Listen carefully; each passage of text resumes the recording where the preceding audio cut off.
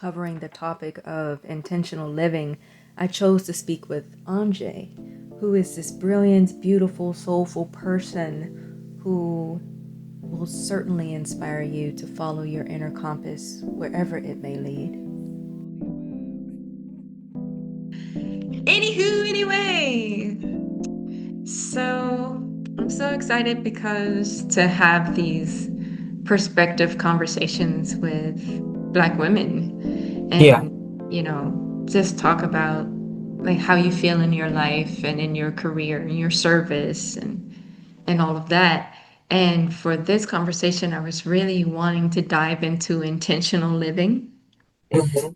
And I felt like coming to you and speaking to you about it would make sense because I've watched you for so many years follow your path. And I always feel like your ancestors are like right there guiding you and like speaking with you very closely. And you are not afraid to listen to the journey and go on the journey, no matter what it yields. Just tell me who you are in this moment. In this moment, I am a spouse. I am a mother. I am a leader. I am a public speaker. Hmm. I am so many different hats, am reemerging back into my music and that artistry. So I would say who I am right now is multifaceted and happy to give all of my talents in whatever way that I can. Hmm. Also embarking on a new career adventure as a real estate agent here in the South Caribbean. Hmm. So yeah, there's many different things that I'm doing right now. That makes me, yeah, I guess Jane of all trades, Jack of all trades. Ashe. In the beginning, I want to say after that introduction by you, like I always felt like listening to you and knowing your story that your grandmother might have inspired you, and I mean like both of them. And I Mhm. kind of wanted to ask you about that. Like, how do you feel inspired by both of your grandmothers? Ooh, let's start with the late and great Carolyn Wallace, who was a huge influence in my upbringing. I think I viewed her more as the matriarch, my mom, than my birth mother. Hmm. And so her guidance and influence was always to follow my heart and pursue my dreams. And she was always a huge supporter of like the talents that I exhibited at a very early age with Hmm. acting and singing and being in choir. And she would always put me in the front to do speeches in church and things like that. So I feel like she was a huge influence for me to feel like I had someone in my corner supporting doing all of those things. Yeah. Um, and she was always really into like travel. She always wanted to go somewhere and spend some money. And I think I didn't start to experience that until my dad moved away. And so it really like inspired me to see other things outside of what my immediate family had already experienced. Yeah. So she was a huge influence in that way.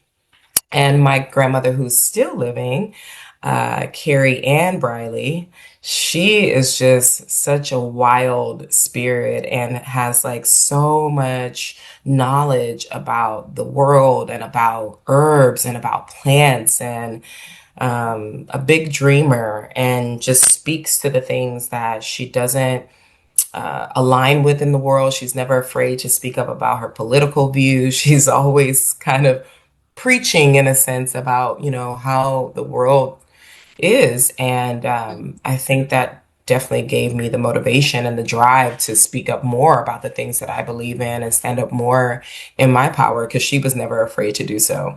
Now we do come along to the question about your journey. So this is more like your journey of work and money and perspective on leaving America. Yeah. Can you just speak to, your journey of getting there to making that choice and, leaving and being okay with being where you are and establishing roots where you are? Yeah, I think leaving America was a conscious statement where I sat with myself for a really long time and like decided like what I'm really aligning with in the world Hmm. after being able to travel and see different things in different parts of the world. I think traveling to remote places, islands like Hmm. how we did in Canada, and then going to St. Lucia, being able to visit in Thailand. Like, I knew that there were other places that were thriving and that I could feel comfortable walking around as a Black woman. And I was fortunate enough to be able to like create roots here because of the love connection that I have. But it was never my intention or Gotcha. endeavor to move to Costa Rica. I had heavily considered moving to Mexico. I really connected with the energy there and the people Hmm. there. Hmm. But when I came down here and I found love, it just kind of took off into a completely different trajectory, which I'm not mad about at all. I think the things that were happening in America were so intense, especially during the pandemic, that that's what really sparked my like, okay, I need to get up out of here in some type of way. And I first started the journey traveling around different states in America, just seeing where else I could align with that wasn't super expensive or just becoming ridiculously unaffordable, as I find that some places in California can be. Hmm. And then I realized like I don't really want to be here at all. So let's go further south. Let's see what else there is. And you know, to find a beautiful country that is very accepting of Black women, and also in this particular part of Costa Rica, really praising Black women, it feels so much more aligned to be in this space now, knowing what's been Hmm. happening in the States. And then when I look back on the timing of everything, I think it couldn't have been a better timing for me to take that leap of faith. Yeah. And I think a lot of people would say, you know, you're extremely brave for doing that, but it almost seemed like necessary for my survival. What do you feel in this time of rebirth? Have you been in a liminal period, like going in and nurturing yourself, getting your garden ready to harvest the fruits of what you've been working on? Absolutely. Absolutely. I think it was definitely challenging entering a country not having legal status to be able to work and to be able to find like organizations like the Jaguar Rescue Center where I was able to align with doing something that was in regards to animals and biodiversity. Like I Hmm. was immediately able to try to make an income off of that, you know, by garnering tips and donations and Mm. raising money and raising awareness. And now I've become such an incredible public speaker and so at ease speaking with people that other people have noticed me. Mm. And in that space, it has created a whole network that I have been able to work with. So from that opportunity and other opportunities that I've had in the community to grow, like with my performances and things like that, I have gotten more visibility on myself, which has led me to one of, I think, the biggest opportunities that I could have of 2025. And I think unintentionally, I was manifesting this Yes. because of the things that I was putting into my psyche, the things that I was attracted to. I was really, really honing in on that. And that was real estate. And so now I've been recently offered this position just based on how people have seen me deliver myself and how Hmm. confident I am when I Hmm. speak on certain things that is just like, hey, we have this available, take it and do what you can with that.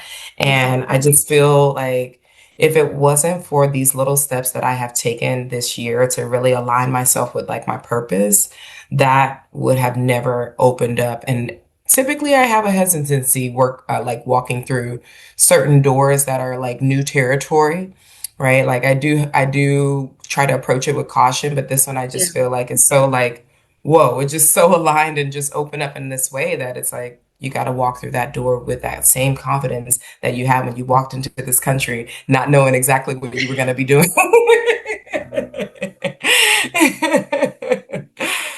So yeah, it's been a journey.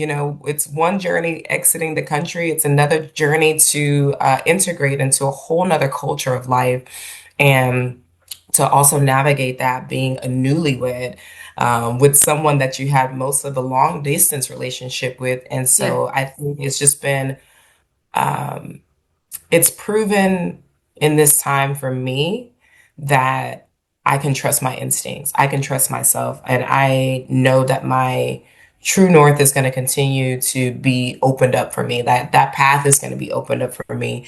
Um, and it can be scary and it can be hmm frustrating and it hmm can be challenging, but overall, it feels like you've been putting in the work to make these things happen. So just keep going, keep yeah. going forward. hmm Even if it's tough, even if it's muddy, like it's going to open up, it's going to clear up. And yeah, that's just, I think that's where I've been recently, just like trusting my intuition more, knowing that it's guiding me in the right spaces, even if it feels strange. I am so glad that you were willing to do this interview because I think you are a person who should be heard, especially in this time. In this, this darkness, there's this light that is there. And I really feel that when you speak and when you just practice in your daily life, just living and being an example, it really does matter and touch your community in this brilliant way. And so to come to you and say, hey, can I interview you and things of that nature, I'm just so glad that you were willing to because yeah, you're that person. Now speaking of that though, you were mentioning your love, and I have to ask, how has love affected you? In what way? In, just in the domains of the heart, do you feel like you're a person who is brave in that space? Are you feeling like you are a person who has shed so much so that you can offer so much, when you have connected to this being a newlywed and like moving on to this new country with your love, Like how do you feel as a lover, as a person who is in love? Ooh, that's a deep one.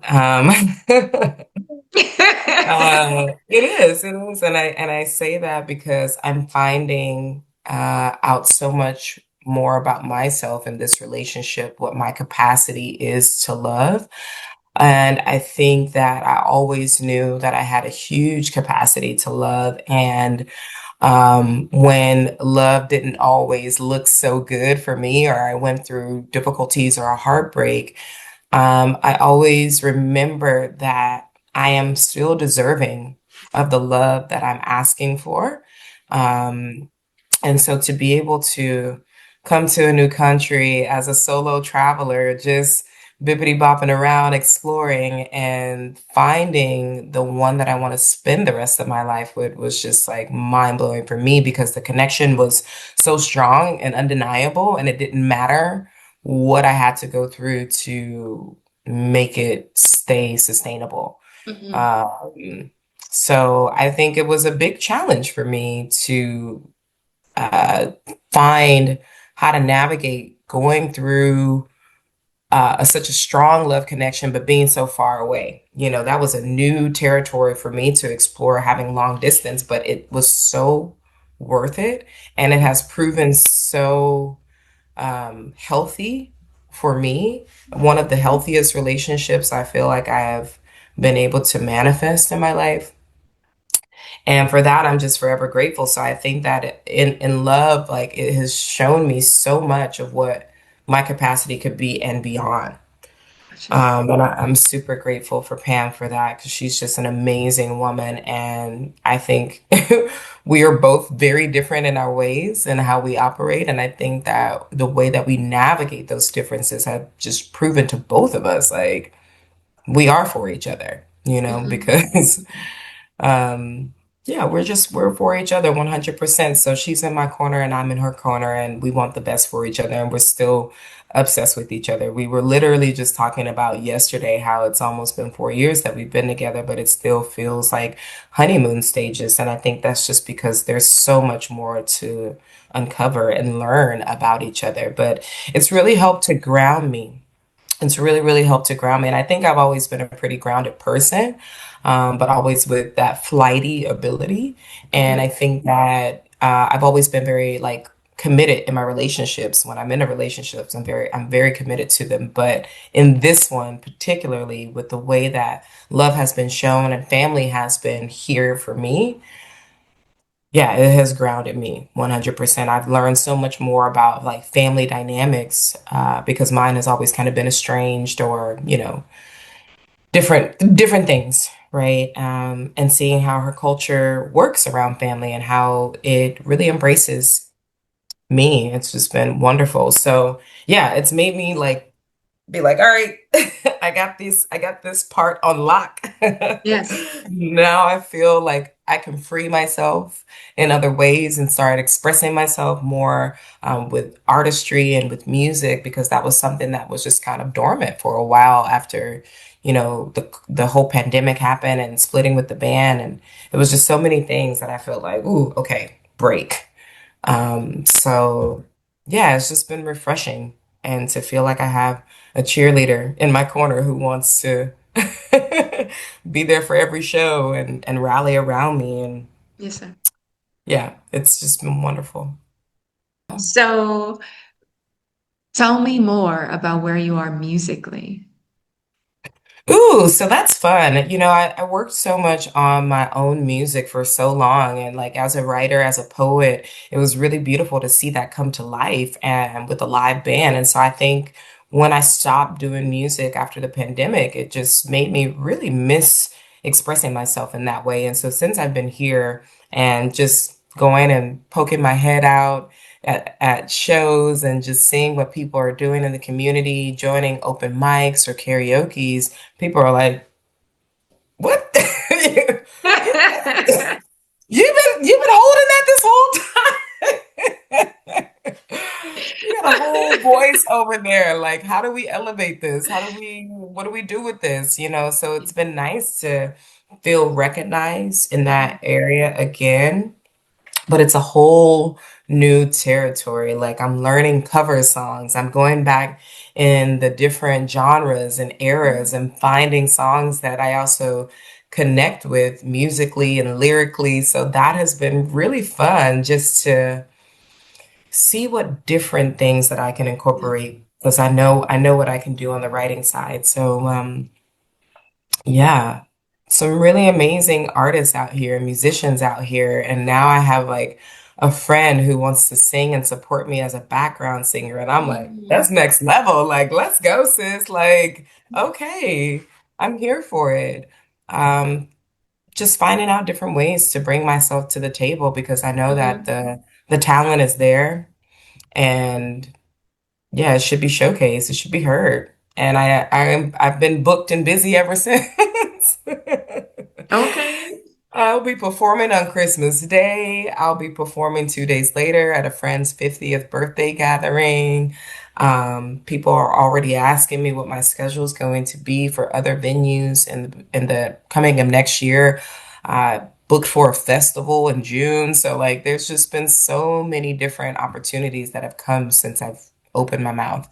And Pam always likes to say, you always say closed mouths don't get fed. So taking a bit of my own medicine there. I have to ask you, as a musician, as a person who uses their voice to, put out their medicine, how does your music align with your spiritual journey? Whew. I think that first of all, like being able to align with the core part of Hmm. myself, um, to be able to activate the vibrations and the frequencies that come from that core through my voice is like not only medicine for everybody, but it's also medicine for myself. So I find it first as like my first cup of tea. You know, my first sip of coffee is that Yeah. moment that I'm releasing something deep within me. You know, Yeah. it's so cathartic to be able to voice and sing and play with notes and hear that medicine